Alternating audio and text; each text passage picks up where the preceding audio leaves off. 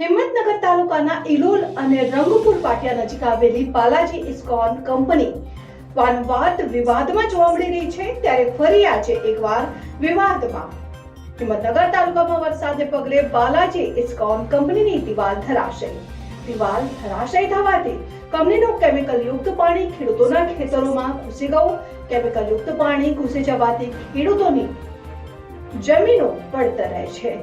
ખેડૂતોની વારંવાર રજૂઆત છતાં કંપનીના કર્મચારીઓ આંખ આગળ આડા કાન કરી રહ્યા છે. ત્યારે વાત કરીએ તો અત્યારે થોડાક વરસાદમાં જ દિવાલ તરાશી થઈ છે. તે એક ખેડૂતના ખેતરમાં પડી છે અને ખેતીની સિઝનમાં ખેડૂતને વાવણી કરવાની હતી, પરંતુ દિવાલ ધરાશયી થતા આસપાસના ખેતરોમાં કેમિકલયુક્ત પાણીથી ભારે નુકસાન ભોગવવાનો વારો આવ્યો છે.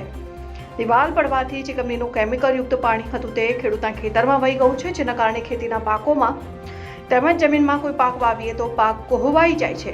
અહીં આસપાસના ખેડૂતો જણાવે છે કે ગઈ સાલ પણ દિવાલ નીચેથી કાપડું પડીને ખેતરોમાં પાણી ઘૂસી ગયું હતું અને કેમિકલયુક્ત પાણીથી ખેતીમાં પાકને બહુ મોટું નુકસાન થયું હતું.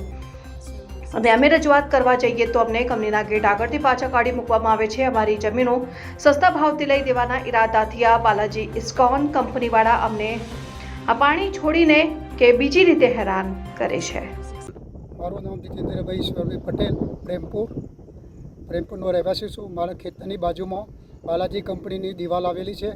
તેમનું પ્રદૂષણવાળું પાણી ભરાય છે. ત્યાં આગળથી મારા ખેતીમાં નુકસાન થાય છે. વારંવાર એમનું પાણી આવે છે અને 2-3 વર્ષથી મને પાકનું બહુ નુકસાન થાય છે. આગળ કોઈ ફરિયાદ કરવા જતો એમનું સિક્યુરિટી અંદર જવા દેતો નથી અને વારંવાર કહેવા છતાં કોઈ સોંભળતું નથી. અને આ સાલ પર દિવાલ ધરાશયી થઈ મારા ખેતરનું મોટું નુકસાન થયું છે. કેમિકલવાળું પાણી આવવાથી મારા ખેતરનો પાક પણ નિષ્ફળ જાય છે.